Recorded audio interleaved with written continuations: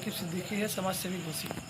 मामला ये है कि हमारे मोहल्ले के अगल बगल के कुछ लोग थे जो काफ़ी दिनों से एक आदमी की वजह से वहाँ मोहल्ले में एक परिवार है जिसकी वजह से मोहल्ले के लोग पे आए दिन कुछ ना कुछ झगड़ा लेकर के पुलिस आती रहती थी। तो ये हुआ कि आज चलते हैं, इस लॉकडाउन में रोज़ लड़ाई हो रही है बच्चों को लेकर के, चलते हैं, चल करके सारे मोहल्ले के लोग इकट्ठा होकर अपने प्रशासन के सामने अपनी बात रखते हैं।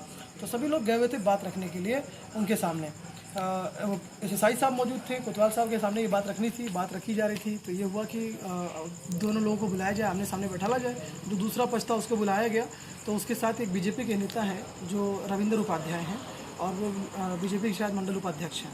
वो आए और उन्होंने बात अभी शुरू की उनकी तरफ से, और अब यहाँ पूरा मोहल्ला बैठा हुआ था, अपनी बात रख रहा था बारी बारी। तब तक उन्होंने कहा कि तुम्हारी औकात दिखा देंगे, तुम लोग को शायद पता नहीं है पूरी बात।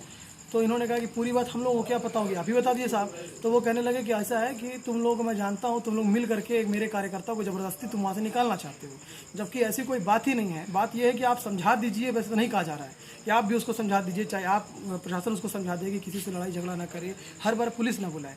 तो इस पर ले करके वो इतना इशू बना लिया उस बात को कि बातें होते होते उन्होंने सीधे उठ करके मेरे ऊपर हाथ चला दिया।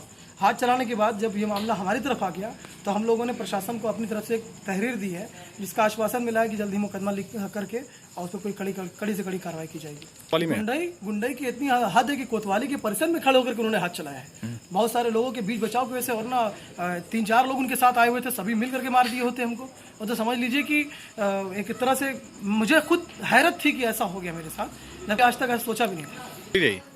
पुलिस बिल्कुल सामने पुलिस खड़ी थी, पुलिस के सामने ऐसे हादसा हुआ मेरे ऊपर ऐसा हमला हुआ, जैसा लगा उस वक्त के लिए कि मेरा हाथ पे ठंडा है, क्या हो गया रहा मेरे साथ। नहीं तो जहाँ न्याय के सामने, न्यायालय में जाके खड़े होकर के न्याय और इंसाफ के लिए जिसके भरोसे पे जिसके अंदर खड़े हैं, वहाँ मेरे साथ ऐसे घटना हो गई। अब आप सोचिए कि जब मेरे साथ हो गई तो जिनके साथ और लोग, जो आम जो लोग हैं, उनके साथ क्या होता होगा। तो कार्रवाई की जाएगी। एसपी साहब ने पूरा आश्वासन दिया है कि जो उचित कार्रवाई होगी हम करेंगे।